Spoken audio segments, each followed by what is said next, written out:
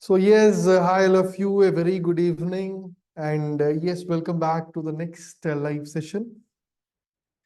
So today what we're going to discuss is the effect of starvation on metabolism. So at any time you are not able to listen to me or anything, just type it there in the chat box. I'll respond to you.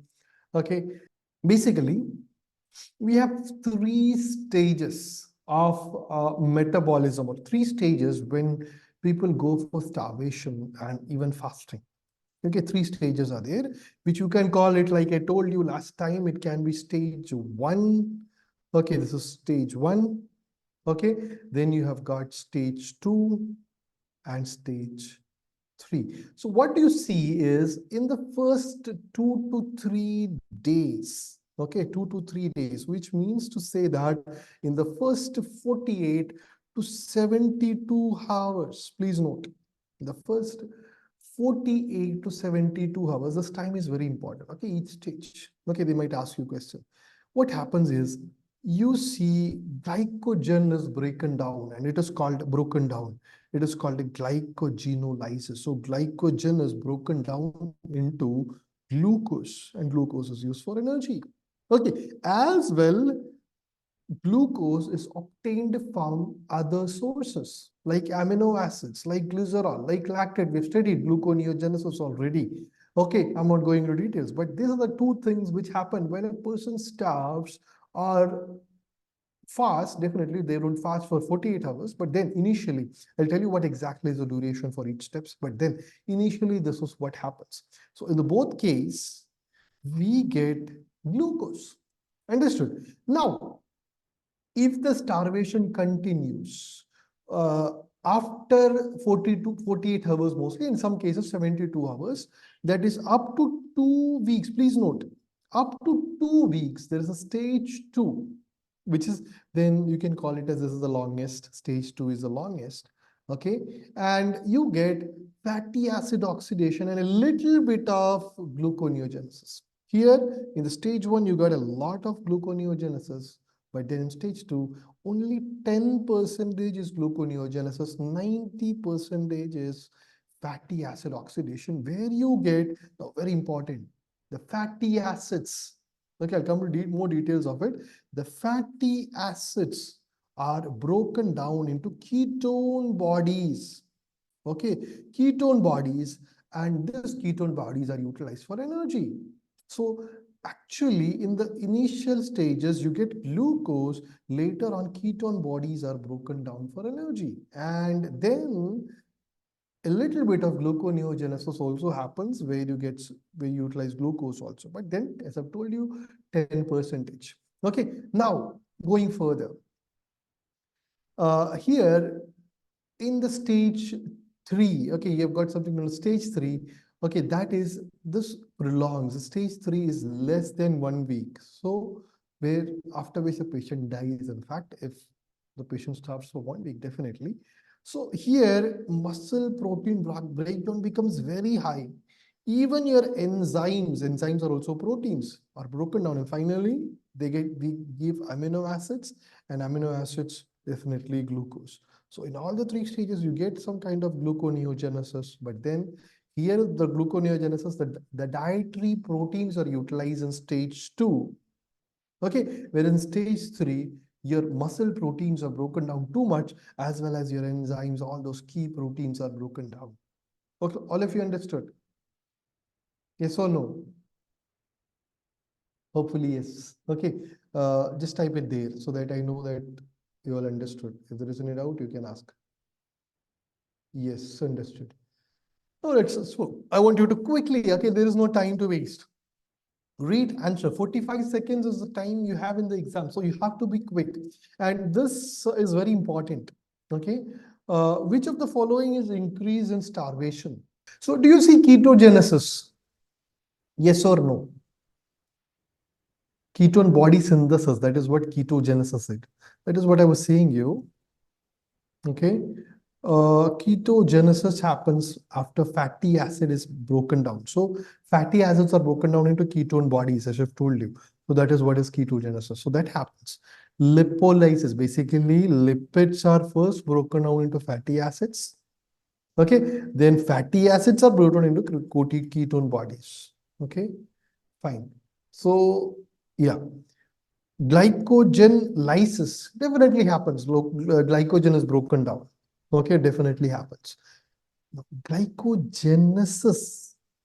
No, and gluconeogenesis. So neogenesis definitely happens, isn't it? Gluconeogenesis happens. Okay, but glycogenesis, that is glycogen synthesis. Glycogenesis means we have studied. Does it happen? So you're saying 1, 2, 3, 5. Fine. Yes, option A is the answer. So we have glycogenesis doesn't happen.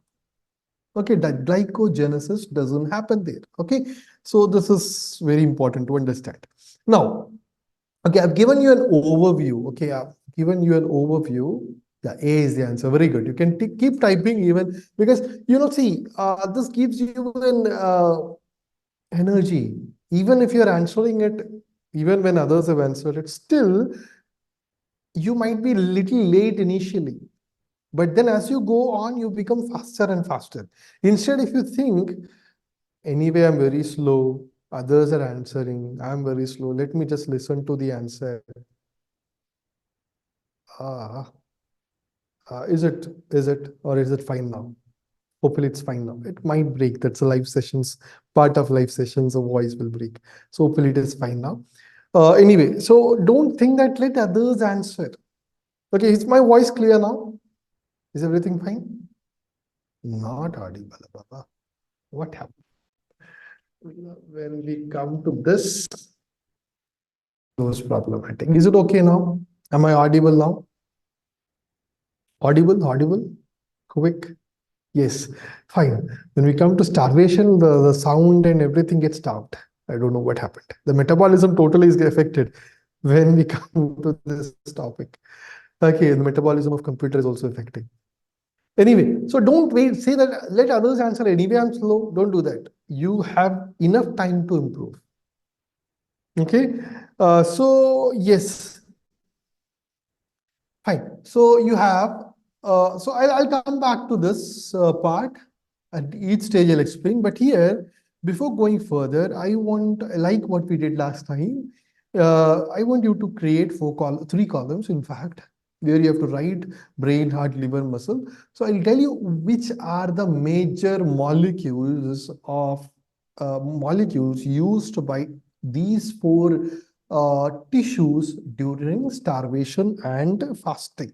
Okay, so and normally what they use, that is during the fed, okay, I'll use pink, during the fed state, okay, or I'll use red itself. Okay, uh, during the fed state, what is the molecule they use? During the fasting, what is the molecule used by them? And during starvation, what is the molecule used by each structure? Now, question has been asked. Okay, question has been asked, so you have to know this very, very clearly. Okay, we'll go into this. Okay, now, yes. So what happens? Uh, One thing from your school days, brain always need glucose, isn't it? Yeah. So whether it's a fed state or because brain needs glucose. So even if you're going for a gym, they tell you that have a banana and come. You don't need to worry. Okay. So that there is a glucose there. So in the fed state, it uses glucose. Please note. Okay, and in the fasting state also it uses glucose. Glucose is needed. Now, when it is starvation, please note, when there is starvation, it uses ketone bodies. It's a very, very, very important question. When there is starvation or prolonged fasting, okay, prolonged fasting is same like starvation. You come across some questions, okay, where they say that they use the term prolonged starvation. So it is same like starvation, sorry, prolonged fasting. So ketone bodies is used. Please keep this in mind. Okay. Now, coming to your heart. Okay. Coming to your heart. Now, one thing you might have heard, isn't it? Fat is not good for heart. Fat is not good for heart. Fat is not good for heart. Isn't it? Yes or no? How many of you have heard fat is not, too much of fat is not good for your heart? How many have heard? Raise your hands. I'm sure all of you. All of you have heard. Now see, if you go in deep into that, okay, you come across certain studies which say that actually this was a scam, or this is a scam to some extent, not entirely. Okay, people have stopped having fat now. See, people say that, no, no, no, I don't touch fat. I don't want fat. Okay, I don't eat cholesterol, or I don't eat anything containing cholesterol. How many of you know that your brain is almost entirely composed of cholesterol, majorly, and your cells are, cells contain a coating of cholesterol. So, yeah, in fact, you need a lot of PUFA, polyunsaturated fatty acids. Okay, especially when it comes to your heart. Okay, you need to have fat under moderation and healthy fats. Let me ask you one thing. Can you give me one example? And let me see how many of you are conscious about your eating. One example of healthy fat. One example, anything which you know. Just type it there. Healthy fat. Egg yolk, fine. Uh, Egg yolk, okay, whatever. Okay. Hope the screen is visible now. Sunflower oil is not. It is a scam, guys. It is a scam. The problem is, if you have it, if you have sunflower oil raw, it is fine. The moment you cook it, okay, there are some studies which says that it becomes unhealthy. One of the ghee, definitely to some extent, again, when you heat it, when you cook it, it's a problem. Okay, olive oil is very good if it is not cooked. Okay, and okay, there's a cheese. No, most of the cheese you get is processed. Okay, most of the cheese you get now is processed. So again, it's a problem. If you get a raw cheese, definitely one of the best and healthiest fat. Avocado. That's what I was about to come. Avocado, not oil. You can use it for cooking. Definitely, avocado oil is excellent. Okay, and avocado is the best, one of the healthiest of fat. You have no issues with it. Okay, definitely egg yolk is also one of it. And which is the oil which is best for cooking? Best oil for cooking. Anyone? Don't say sunflower oil. That's a wrong answer. I don't know if mustard oil is. Okay, coconut oil. I'm sure you're from Kerala. Okay, Parvati Unnikrishnan. See, coconut oil is one of the best oils for cooking because it undergoes minimal, change on heating, minimal change on heating, because many of your, you say that many of your polyunsaturated fatty acids uh, get converted or becomes unsaturated. Okay. Sorry, saturated. I'm sorry. Becomes saturated and becomes unhealthy. Saturated fat is not good, isn't it? So it becomes overheating because or too much of heating make it unhealthy. Like for example, typical example is sunflower oil.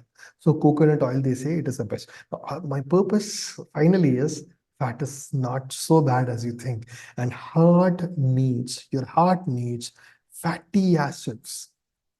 Okay, your heart needs, it doesn't use glucose, it uses fatty acids. So if you're not having healthy fat, please note from now, if you're not having healthy fats, you're starving your heart. Because even in your fasting, okay, your heart is going to have fatty acids. Now, when you starve, it is ketone bodies.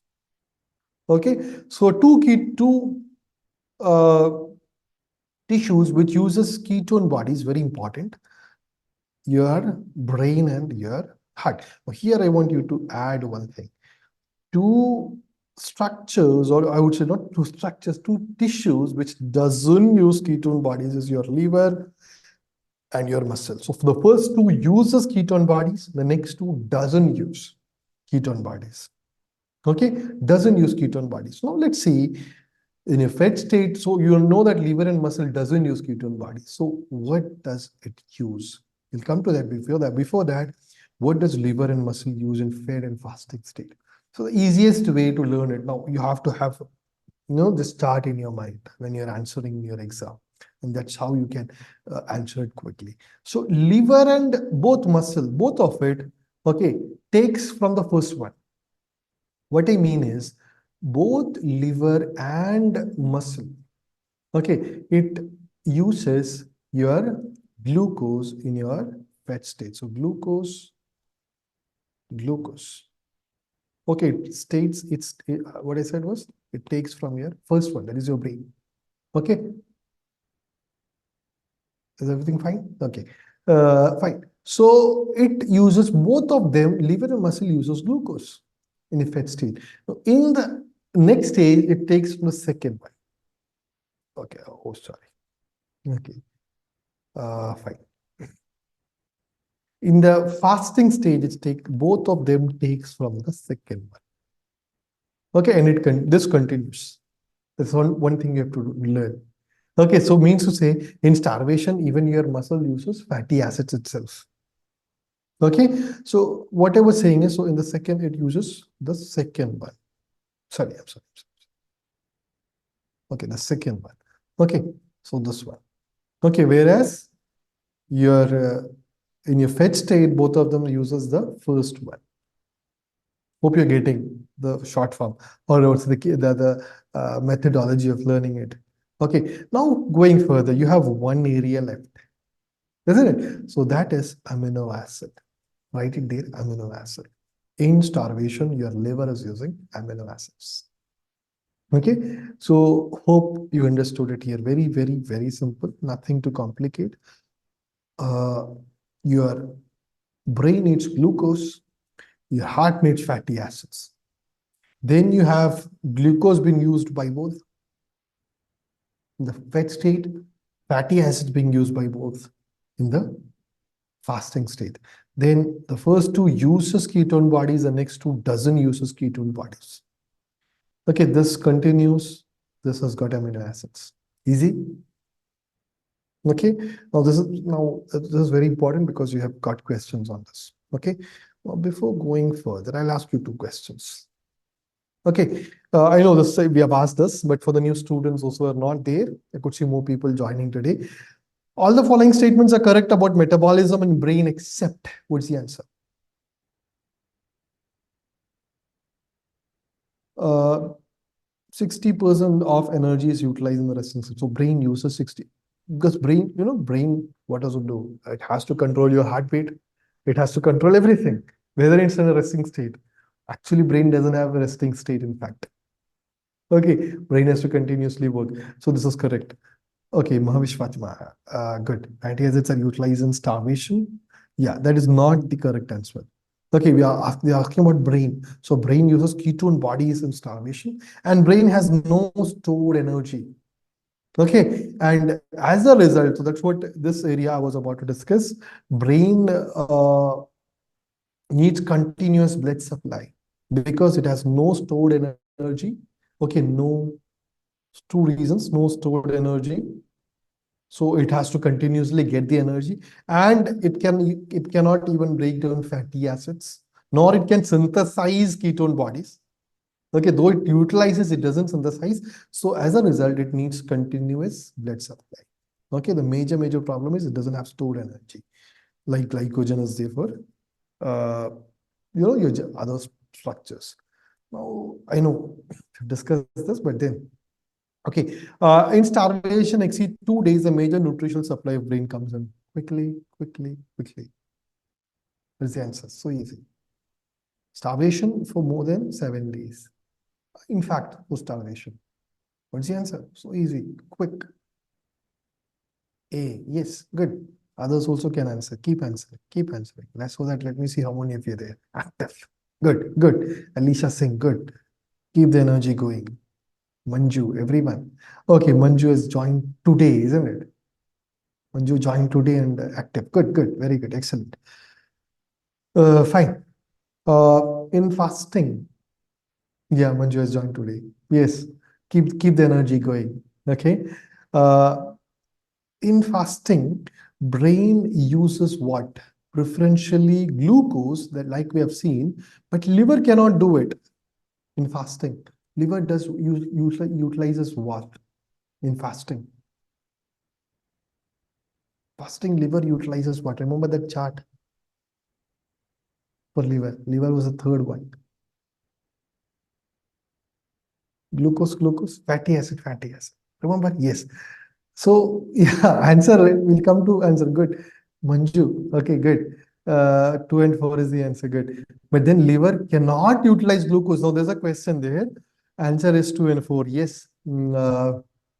Low Km value of hexokinase and high Km value of glucokinase. Now basically, now I know we've started with pedo, and this was actually a pending live session for the previous batches, and we're doing it. So some of you have not joined or joined late, might not be aware of that we have done biochemistry and physiology. Okay, but yes, this is important to know. Okay, why brain can utilize glucose even at low concentration? What is the reason? Basically, we have studied about something known as Km value. Okay, Km value. And one thing is that the lesser the Km value, the better the affinity of the enzyme towards a substrate. Isn't it? We've studied this. Now, what is the enzyme? I'll ask you one question. What is the enzyme which is present in the brain to utilize glucose? What is the enzyme which is present in the brain to utilize glucose? What's the answer? Hexokinase. Excellent. Good. Hexokinase. Okay. Now, if you see liver, it has got glucokinase. Now, hexokinase has got less Km value, like I told you. Means to say its affinity to its substrate is going to be very high. What is the substrate of hexokinase? Glucose. So the affinity of this hexokinase towards glucose, okay, to utilize it is very high. So it can utilize it. Even the concentration of glucose is very high, very low, because, okay, so hexokinase can utilize glucose, even the concentration of glucose is very low because the Km value is low. Okay, so lesser the Km value, more the affinity. So more the affinity, even if it is in the less concentration, it can utilize it. Now, if you come to liver, the enzyme, as I've told you, it is glucokinase. Okay, now it has got high Km value, sorry, high Km value. Km value is high. So the affinity is low. Affinity to the substrate, glucose, is low. So it cannot utilize the glucose when the concentration of glucose is low. Okay, that's one question. So the answer here is, like we saw, low Km value of hexokinase and high Km value of glucokinase. Hexokinase is there in brain, and your glucokinase is there in liver. How we can remember it? One way is hexokinase and glucokinase. Hexokinase means it can act on any hexoses. Okay, multiple hexoses. That's, remember it. So it is more preferred in brain. Liver, glucose, it can act on only glucose, so it is not very active. You can remember it just for remembrance sake. Okay, it has got low affinity. Whereas hexokinase, it can act on different uh, hexoses, so it's more powerful. That's one way to learn it. Okay. Now let's come on to the stages. Okay, let's come on to the stages of metabolism, like we had said. Okay, as I've told you, there are 3 stages: stage 1, stage 2, and stage 3. Okay, stage 1 happens, okay, in your first 48, okay, in your first 48 to 72 hours, then stage 2 for the next 2 weeks, then finally 1 week, I've told you. Okay, and I've told you, yeah, in stage 1, glycogen is broken down and gluconeogenesis. So gluconeogenesis continuously happens, whereas glycogen breakdown happens in the stage 1 preferentially. In stage 2, fatty acids breakdown preferentially. Here, definitely, gluconeogenesis as preferentially happens and patient dies. So stage 1 or phase 1. Okay, now let's understand a little bit on your stage 1. Okay, and if they ask you what is the first molecule to be metabolized, or first molecule to be metabolized in phase 1, it is glycogen. Okay, first metabolized, and it is broken down into glucose. Okay, it is broken down into glucose till your glycogen store is finished. Okay, glycogen store is finished. Okay, and it continues up to 10 to 18 hours. Now, it is very important for you to know this. This timing is very important. 10 to 18 hours. Okay, now, see, it's very important. Those who are looking for your, what do you call it? Fat reduction. Okay, weight reduction and all. You should, they call it as like intermittent fasting and all. Fast overnight. You can't do fasting every day in the afternoon. So fast overnight. Have your dinner early and delay your breakfast for this much duration. What is the advantage? Once the store is finished, once your glycogen store is finished, what happens next? What happens next once your glycogen store is finished?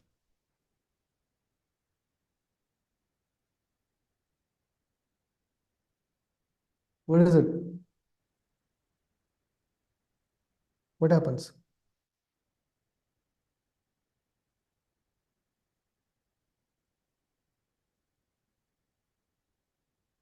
Yeah, fats started getting broken down. Don't say me that gluconeogenesis. Gluconeogenesis stops 10 hours, 12 hours. Okay, it doesn't continue. Initially, okay, it will utilize, but yeah, majorly lipolysis. So that is what you want to burn your fats. Okay, so make sure that you exercise in the morning also, so that your entire glycogen store is finished and the body starts to utilize fat. Okay, so yes, 10 to 18 hours. It's important to know this particular. Then your gluconeogenesis begins early. Though your major is glycogen breakdown, even your gluconeogenesis also continues. That is, after 4 to 6 hours, you had your meal, within 4 to 6 hours, or after 4 to 6 hours, your gluconeogenesis begins. Okay, and this begins majorly utilizing glucogenic amino acid. Okay, what are the substrates of gluconeogenesis? What are substrates? Tell me. One is amino acids, and definitely glucogenic amino acids. What is others?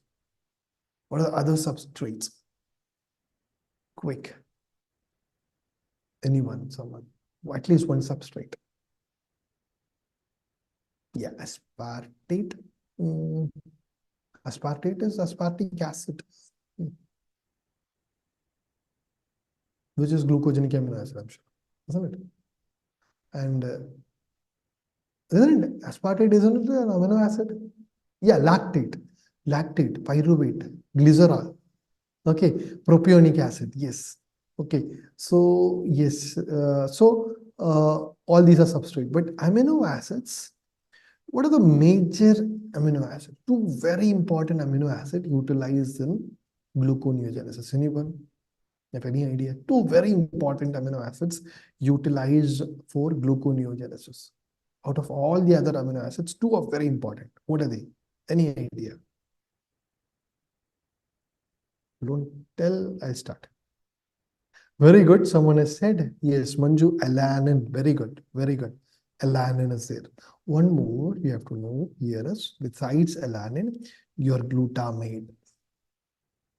Okay, your glutamate and alanine. This is very, very important. I'll come to this in one of the questions to come. So these happens. Okay, this happens, and you get your glucose from these molecules, gluconeogenesis, and this continues. Like we said about your gluconeogenesis, it just continues for 12 to 24 hours, but yes, it keeps on decreasing and your fat starts burning. Okay, though this is there, gluconeogenesis continues, it continues at a very slow rate. Okay, your fat starts burning. That's what we're going to come to. Okay, so yeah, this is what is your phase 1. So now let's come to one question. Which of the following metabolic changes does not occur? Please note the question clearly.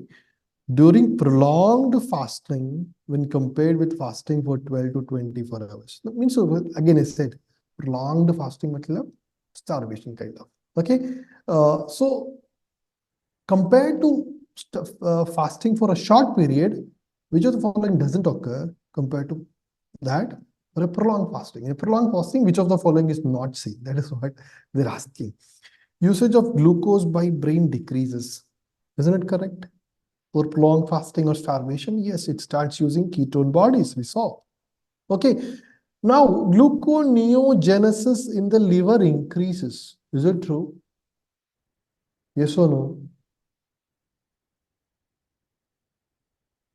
Gluconeogenesis for normal fasting, it keeps increasing initially. Then it keeps on decreasing, actually. Okay, see, keep this in mind. Gluconeogenesis, though happens initially at a faster rate, it has to decrease. It has to decrease because what is it using? Proteins. Proteins, isn't it very important part of the body? Your muscles, everything is, imagine it is broken down.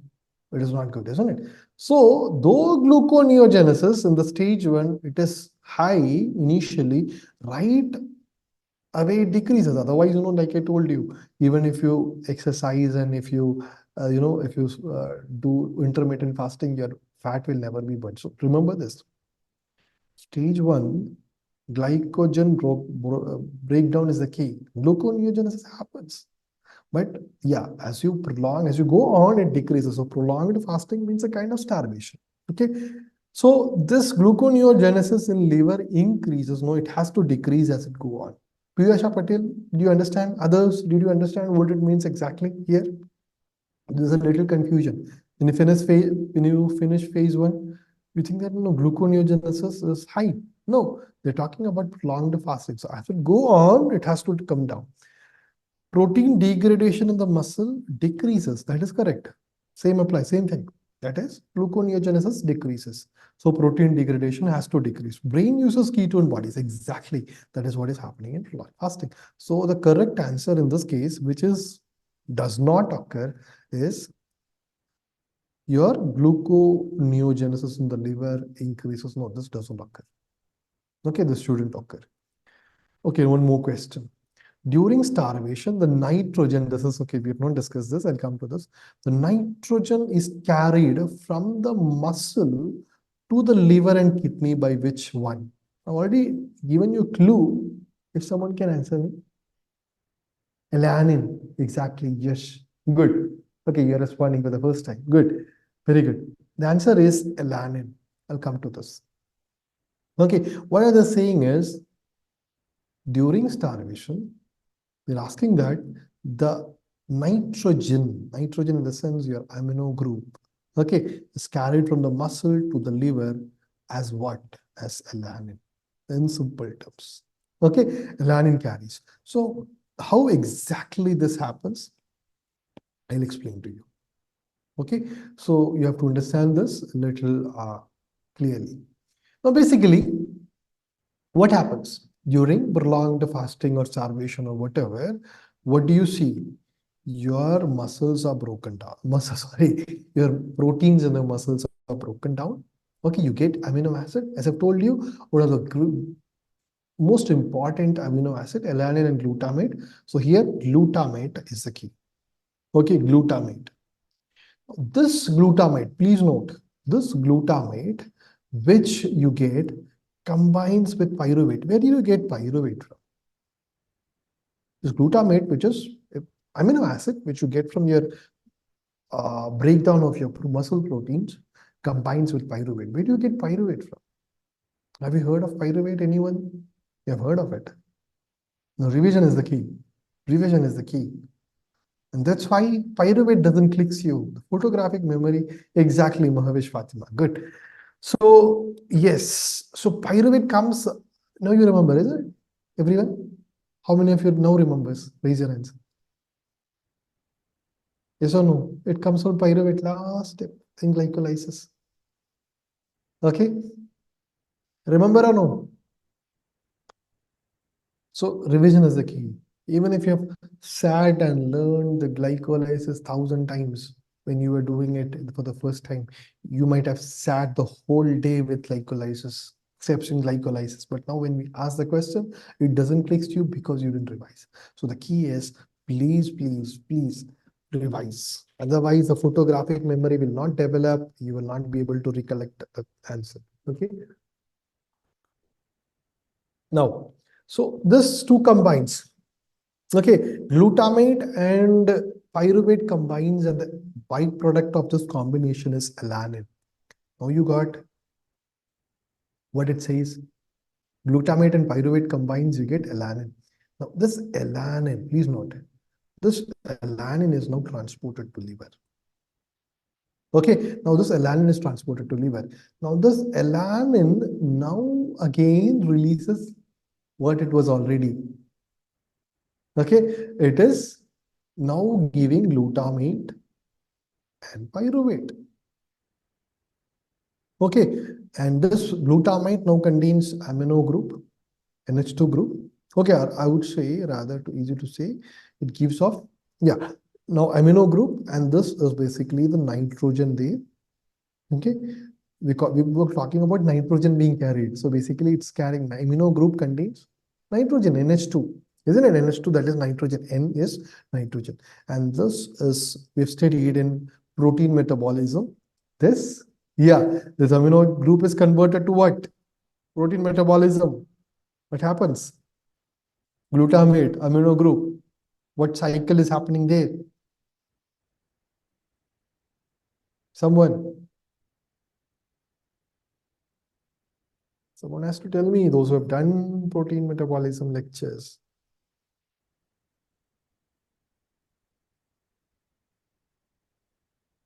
Protein metabolism, glutamate, ammonia, amino group, urea cycle, excellent, Shehnas. Okay, revision. This is early phase, don't worry, but you have to understand, realize, okay, what is wrong happening. Why do you have studied, you have put lots of effort in learning it, but everything vanished because no revision. So you still have time for other subjects. You might have done 1 or 2 subjects, so you still have 18 subjects to make the correct. Good, Piyush Patel, urea cycle, good. So yes, so basically this amino group has been eliminated, okay, as urea cycle happens, and this pyruvate, what happens to this pyruvate? What can be happening with this pyruvate? It can either enter TCA cycle or it can go for gluconeogenesis, because pyruvate is a substrate of gluconeogenesis. It will be too much. For those who are doing it for the first time, don't worry. What is important is the question. Okay, alanine. Now I'll give you one more hack. I've said a lot now. You don't remember anything. You remember one thing. The nitrogen is carried from the muscle to the liver in the form of alanine. At least you remember this much. Rest will slowly by slowly, you will start recollecting. Instead, if you think, I'll study every step which has been said here, glutamate plus pyruvate, leaving out all those, you'll be confusing. But one thing you learned here is the key area. That is what I always tell you. Learn the key areas first. Okay, when you're answering, when you're solving your MCQs in your dental pulse, when you're solving your MCQs in your Academy app, don't learn every line, everything. Your first round, understand what is required for the question. Are you able to understand? Do you understand what has happened there? Okay, that is the step 1. Now, when you revise, slowly by slowly, the other terms also start getting it. Okay, otherwise, you'll build up stress. Hope you understood. So that was phase 1, where majorly we saw was glycogenolysis and gluconeogenesis to some extent. It started. Okay, now if you come to phase 2, close the chat box here, otherwise it might cause a problem. Okay, so that was phase 1. Okay, and in stage 2, what do you see? So what is the time period for the next 2 weeks? Yeah, phase 2 will continue. Your fatty acids break down majorly. 90% of your energy is from this and 10% from this. Okay, now what happens? Where does it comes from? From the adipose tissue, the fat tissue. One key enzyme is there. Okay. From the adipose tissue, what do you get? What do you get? Majorly triglycerides. Triglycerides are broken down into glycerol and fatty acids. Okay, fatty acids. Okay, so now here a very important enzyme is important. Okay, there is a key enzyme coming here. What is the name? Anyone knows? An enzyme which breaks down your triglycerides into glycerol fatty acids.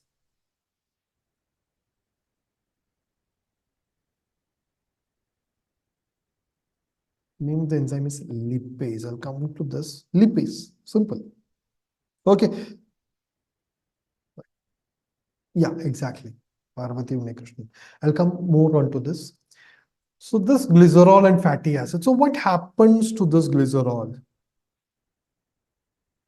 So what happens to this fatty acids? It is converted to ketone bodies and the body utilizes it. Isn't it? What happens to this glycerol? What can be done with this glycerol? Any idea? Anyone? I know I'm taking time, but then I want to make you realize that revision is the key. It should click your mind. Exactly, Mahavish Fatima. Glycerol is converted to can be used. So glycerol is one. Someone told the substrates, isn't it? Substrates for gluconeogenesis, and I think they even told glycerol, but forgot glycerol is the key. That's where revision is the key. When you're studying 20 subjects, if you don't keep revising every day morning, like I told you, every day morning quick review, every day, every Sunday revision. Otherwise, entrance preparation is out of your hand. You might be learning a lot of new things every day, but it will not benefit you for your entrance exam. So this is gluconeogenesis. Okay, fine. So this is what happens. This is what happens in our phase 2, majorly fatty acid oxidation. Okay. And now 10% is gluconeogenesis. Okay, now one question. Which of the following statement is true with regards to fats during starvation? Glycerol is broken down into low density lipoproteins. Is that what happens to glycerol? Did we saw that? Yes or no? Is that what happens with glycerol? Or something else? We saw. Gluconeogenesis happens with glycerol. It is not broken down to LDL. Yeah, Mahavish, good. Chylomicrons are broken down into free fatty acids. Is it chylomicrons broken down into free fatty acids? Or something else? What's the name of that molecule? Triglycerides. Yes, no, Mahavish is answering good. So this, if I imagine this is the triglyceride, it has got two parts. Your glycerol. Okay, others also keep the energy. Okay, this is glycerol, sorry, and this is fatty acid. Okay, so there's three fatty acids there. That's a three. Okay, that structure there. Now HDL is broken down. No, again, that's also wrong. These are lipoproteins, chylomicrons and HDL and all. So these are not broken down into fatty acids. These are carriers of fatty acids. We have studied this. A key role is played by hormone-sensitive lipase. Yeah, lipase, I told you. So it is called hormone-sensitive lipase. Okay, it's true with regards to fats. Yeah, that is the answer. Yes, Zoya and Joe. A key role is played by hormone sensitive. Now, why is it called hormone sensitive? It is being affected by hormone. How? So, hormone sensitive lipase, how is it affected by hormones? What are the key hormones? I'll give you, I don't want to burden you. I'll give you one enzyme, glucagon.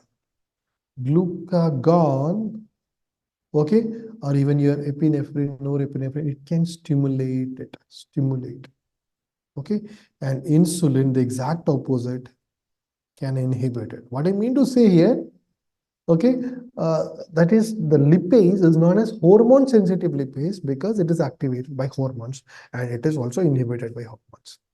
Okay, so That is what a key role is played by hormone sensitive lipase, because it is breaking down triglycerides into amino acids.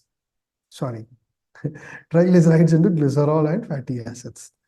Finally, the phase 3, where the enzymes, the proteins, muscle proteins, not the dietary proteins, these are all broken down into, again, gluconeogenesis only happens, but these are also broken down. Now, those who are preparing for entrance examination, they know this very well. What are the most important tests for ketone body detection? So a patient, now why this ketone body detection is important? A patient comes to you and he was starving for a very long period. You have to detect if there is a ketone body in his, the ketone body production in his body, and go for the further investigations. So anyone knows any test which we were studying from childhood, school days? Rothera's test, very good. Dr. Manju, Dr. Parvati, very good. Fine. So one test which you should must know, and it has been repeated so many number of times, is definitely your Rothera's test. Now I know some of you know this, but one more test I'll tell you, that is Gerhardt's test. Okay, Gerhardts. Okay, Gerhardt's test. If you know this much, it's very good. Okay, but now, okay, if you want to know more, okay, this is specific for acetone and acetoacetate. So what are they? What is acetone and acetate? They are ketone bodies. Okay, one more. Okay, acetone and acetoacetate are two ketone bodies. One more is there. Who's going to tell me? Type it there. Now, this is specific. This test, Gerard's test, is specific for acetoacetate. Okay, acetoacetate. One more ketone body is there. Who knows? Someone has to tell me. Two ketone bodies I told. Beta hydroxybutyrate. Very good. Very good. Very good. Beta hydroxybutyrate. Yeah. So it's not very significant. Even when we studied, we know that. Okay, acetone is volatile. So a patient who is fasting for a very long period, he'll have this acetone breath. Okay, fruity odor. And now who is going to identify this test for me? Which is this? Is it Rothera's? I'll give you a clue. Is it Rothera's or Gerhardt's? Is it Rothera's test or Gerhardt's test? I've given you the option. Excellent. How do you know that it is a Rothera's test? How do you know that it's a Rothera's test?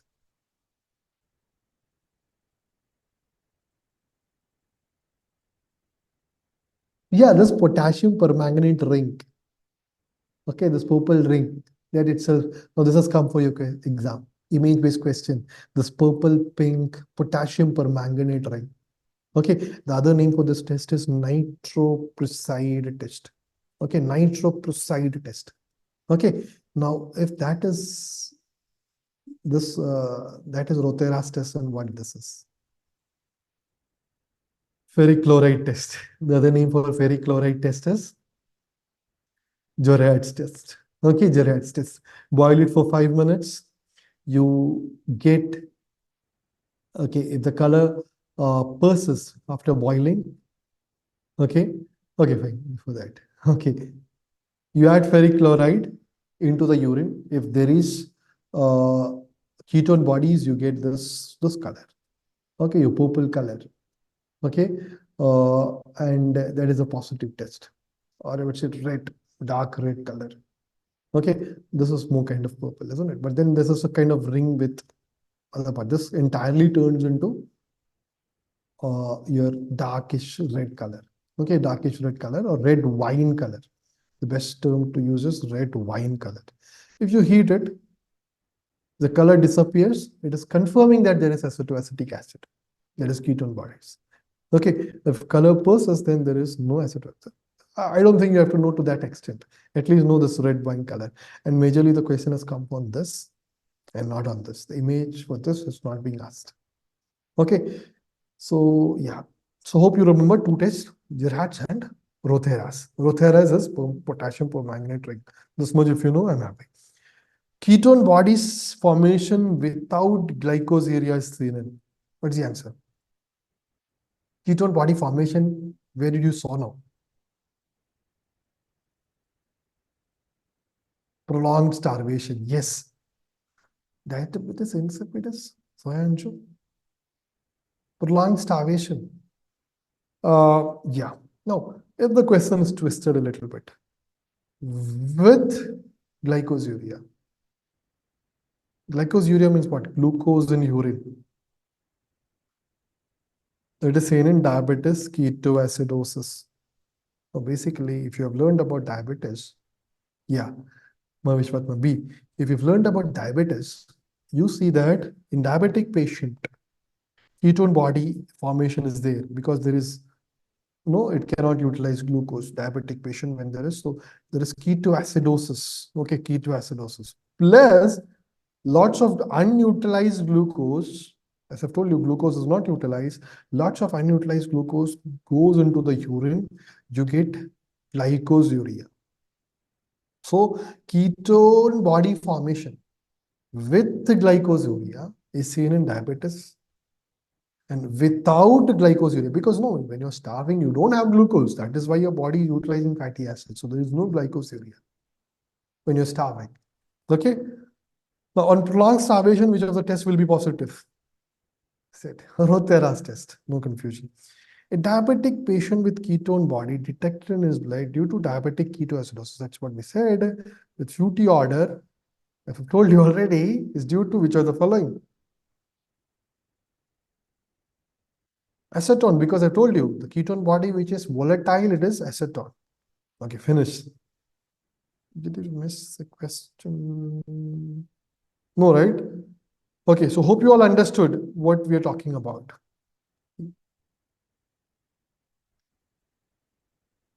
Yeah. Any doubts? Any confusion? Anything which you want clarity, clarifications?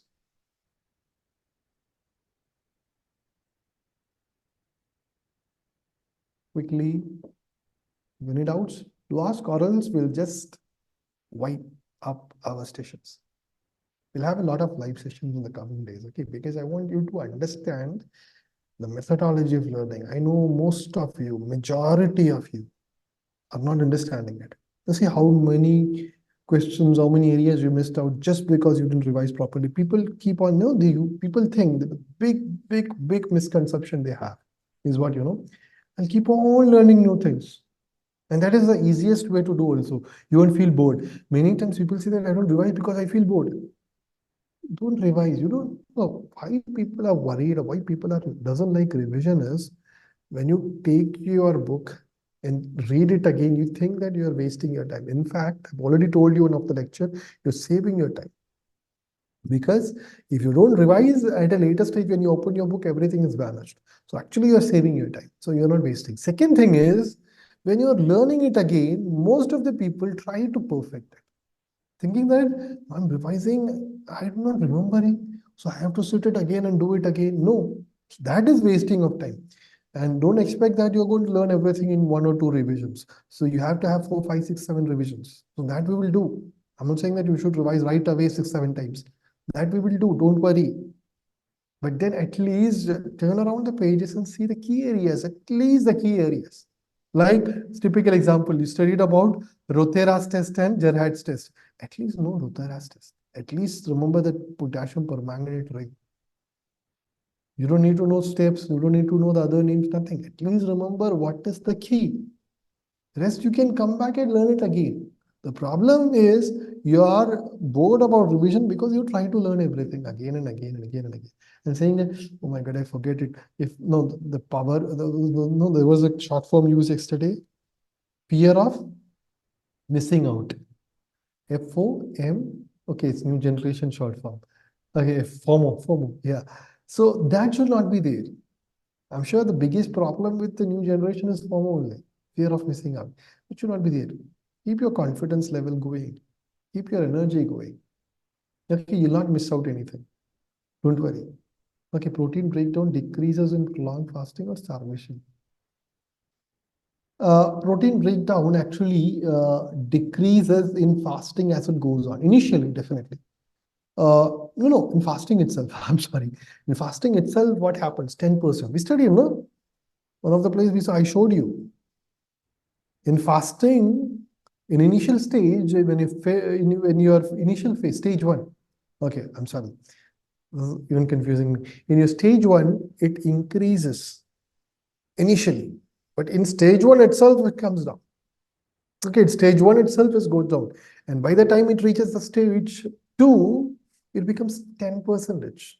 Okay, so please note the reason, as I've told you, the reason is you don't want protein breakdown.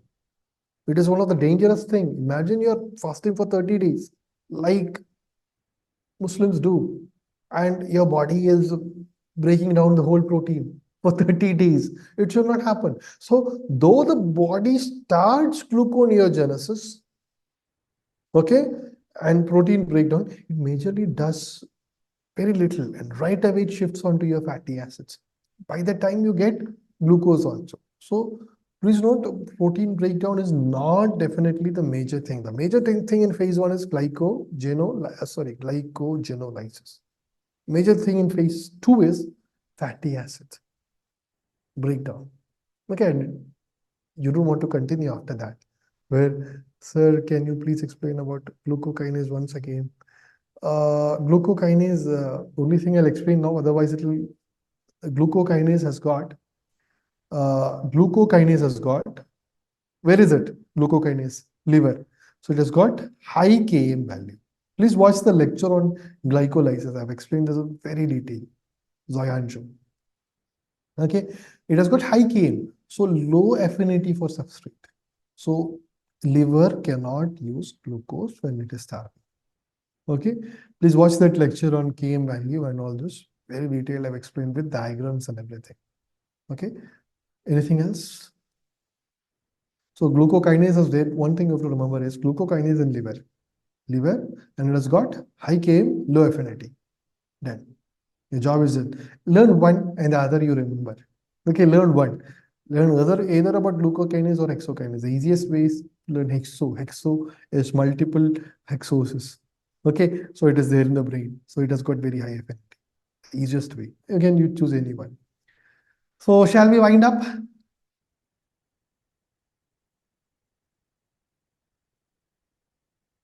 Zoyanjum, I didn't explain too much because there is a detailed lecture. Okay, uh, because it takes a lot of time if I want to explain about the Km value, that graph and all this. It's very detailed. I've explained with pictures, drawings, and all in the first part. So thank you so much, all of you. Have a great day and take care. So no more doubts I can see. So take care. Have a good day.